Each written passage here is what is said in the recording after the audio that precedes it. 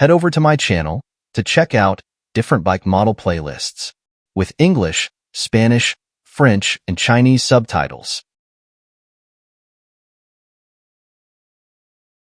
Changing the starter motor on your motorbike can be a bit of a challenge, but with the right tools and steps, you can do it yourself.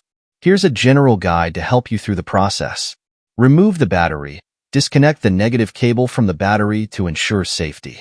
Remove the starter motor. Locate and remove the bolts holding the starter motor in place.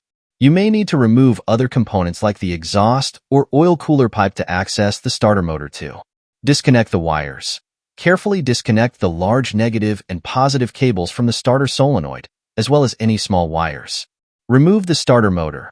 Once all bolts and wires are disconnected, carefully remove the starter motor from the engine block. Install the new starter motor. Position the new starter motor in place and secure it with bolts. Reconnect the wires. Reconnect the large negative and positive cables, as well as any small wires, to the new starter motor. Reassemble other components. Reinstall any components you had to remove to access the starter motor. Reconnect the battery. Finally, reconnect the negative cable to the battery.